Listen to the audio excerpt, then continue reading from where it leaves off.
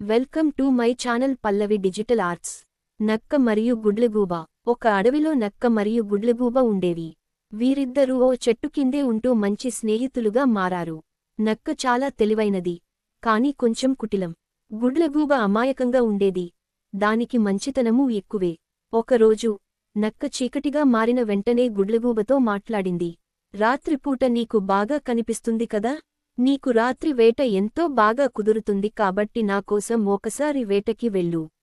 గుడ్లగూబ తన పనిని దైవం ఇచ్చిన విధి అనుకుని వేటకు బయలుదేరింది. తెల్లవారు జామున నక్కకు ఒక పెద్ద చేప పట్టుకొచ్చింది. నక్క ఆహారాన్ని చూసి, నువ్వు ఎంత మంచివాడివి, ఈరోజు నేను నీ వల్ల చాలా సంతోషపడ్డాను అంది. కాని ఇలా రోజూ జరగడం మొదలు అయింది. గుడ్లగూబ నక్క కోసం రోజూ ఆహారం తేవడం అలవాటుగా మారింది. తనకి ఆకలి వేస్తున్నా నక్క ఆకలిని తీర్చడానికి ప్రయత్నించేది.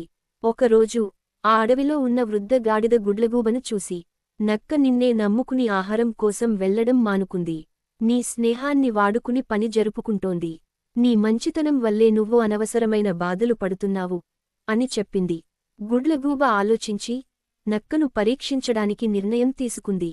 మరుసటి రోజు తానెంతో కష్టపడి తెచ్చిన ఆహారాన్ని తానే తిన్నది. నక్కకు ఏమీ ఇవ్వలేదు. ఆ సమయంలో నక్క అసహనంతో, నువ్వు నాకు ఏమి తెచ్చావు అని అడిగింది. గుడ్లగూబ నవ్వుతూ, ఈ రోజునుంచి నా కష్టాన్ని నేను ఆస్వాదించాలి.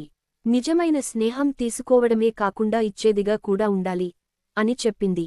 నక్కకు తన తప్పు అర్థమైంది. తాను గుడ్లగూబను మోసం చేశాను అని తెలుసుకుని బుద్ధి మార్చుకుని నిజమైన స్నేహితుడిగా మారింది. నీతి: అసలు స్నేహం ఇచ్చే ధోరణిలో ఉండాలి, ఎప్పుడూ తీసుకునేదిగా కాదు. నిజాయితీ, సహాయ సహకారాలు ఉన్న చోటే స్నేహం సత్ఫలితాలు ఇస్తుంది. Thank you so much for watching. Please like, share and subscribe.